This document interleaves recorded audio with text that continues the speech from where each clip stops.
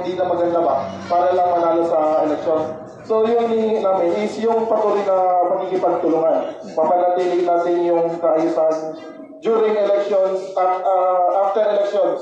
Kasi meron yung iba, may mga remnants pa after election, yung mga hindi matanggap na talo sila sa halalan. Kasi yung iba parang may mga gaganti pa ba.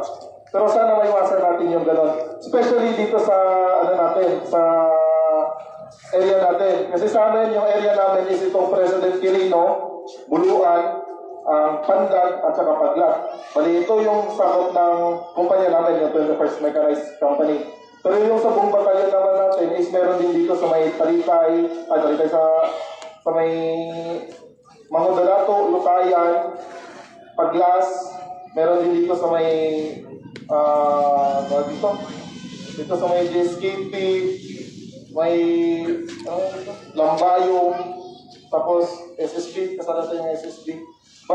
Yung sa ano natin, kung sino man yung kasamahan natin dito, yung taga doon, hopefully, sana yung hinihingi namin is, kung meron man kayong matindikan na parang nagugulo ba, kasi di natin maiwasan, meron at meron yan, mga nung nagugulo sa lugar. Yung iba kasi yan, galing pa ng other places kung saan galing dito sa Mindanao, kahit saan mag-hire sila, gagawin nila is dadalhin doon sa isang lugar doon, gawin nyo, magulo kayo, tapos alis na din kayo. Pero sana yun yung maiwasan natin, ma-prevent natin na hindi mangyari yung mga nangyari previous elections na mayroong namamatay, mayroong nagkikipag-agawan ng ballot box. Tapos, siyempre, yung kawawa din kasi dyan yung residente natin, kung sila yung mamumuno dyan sa lugar na kung dinaan nyo lang din sa gano'n, sana huwag na lang.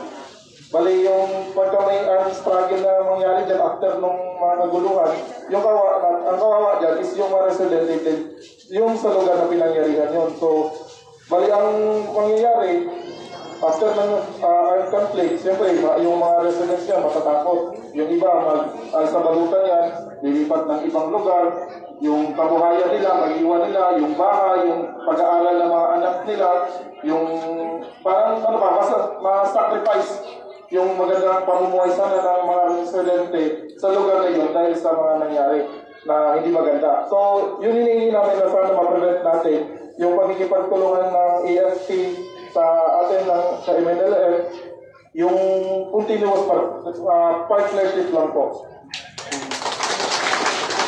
Bali, hindi ko lang po siguro ma-answer, baka ano kami marami yung sa salita.